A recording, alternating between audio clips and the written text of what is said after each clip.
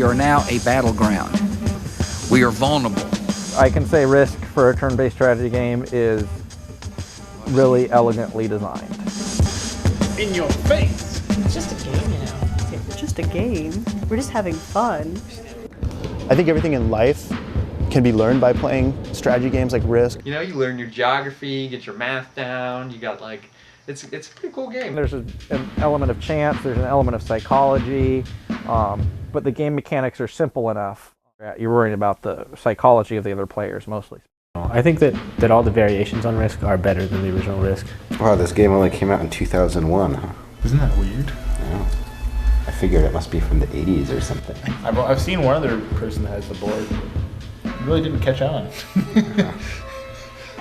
Not like the original, for sure. The original one really is much more a game of chance than of strategy, I've found, and this is much more a game of strategy. Original Risk is a game of world domination, where you attempt to take over the entire map with your armies. Each turn, you receive additional armies depending how many territories and entire continents you occupy. The game ends when one player owns the entire board and has wiped out all of the other players. In recent years, there have been several variations of Risk, including Star Wars, Godstorm, 2210 AD, and Lord of the Rings editions. I played Lord of the Rings once, well, probably 2 or 3 times, and I played Godstorm a good handful of times at the very least. Newer versions add new rules and variations on the map and themes. Gameplay is often more complicated, but the games tend to run much faster and less predictably. I played 2210 is obviously the one I played the most. There's lots of territory, you know, there's land continents, there's water continents, and there's the moon. I think the post-apocalyptic setting helps a lot. Oh yeah, and there's only 5 turns. So you don't need to conquer everything, you just need to have the highest marker at the end of turn 5. Which shortened the game and made the last year totally chaotic, which is a definite bonus. Okay, this card is handwritten. And the fact that you can write and create your own cards was also a pretty neat thing. So once we started playing it regularly, you know, started figuring out some good stuff that needed to happen. I think the variety of units helps.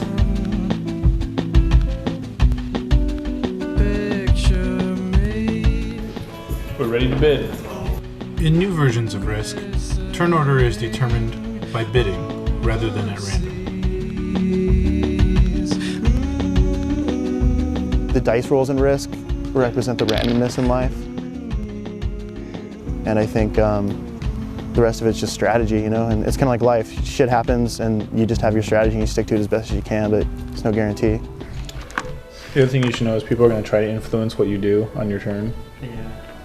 And it may not be your best interest. I mean, it's best to go with your gut, even though there are occasions where you may miss things and other people catch them for you. But it's still hard to discern. But it's best to trust no one, except me. Armageddon is going on right now. Yeah, Armageddon. Everyone can play cards for free. So Yeah, there's as a many bunch as of they shit's want. gonna happen right now. That's right. It may have not been a good choice, but it kind of is because it kind of screws everybody in. We're all hoping to annihilate something. The strange thing about nuclear weapons in this game is they don't have very good aim. He nuked all of Asia. He has to remove 1 off of every single territory in Asia, and Why? this card called the Mother. I'd like to say out of sheer sympathy, I will not attack Asia. I'm gonna scatterbomb land. Is that at all? It's random. No, it's totally random. But you got this giant nuke, you just shoot it up into orbit and see where it's gonna land. Where it's gonna land. Well, my first memory of like really knowing what Risk was, I think I was in about 2nd grade.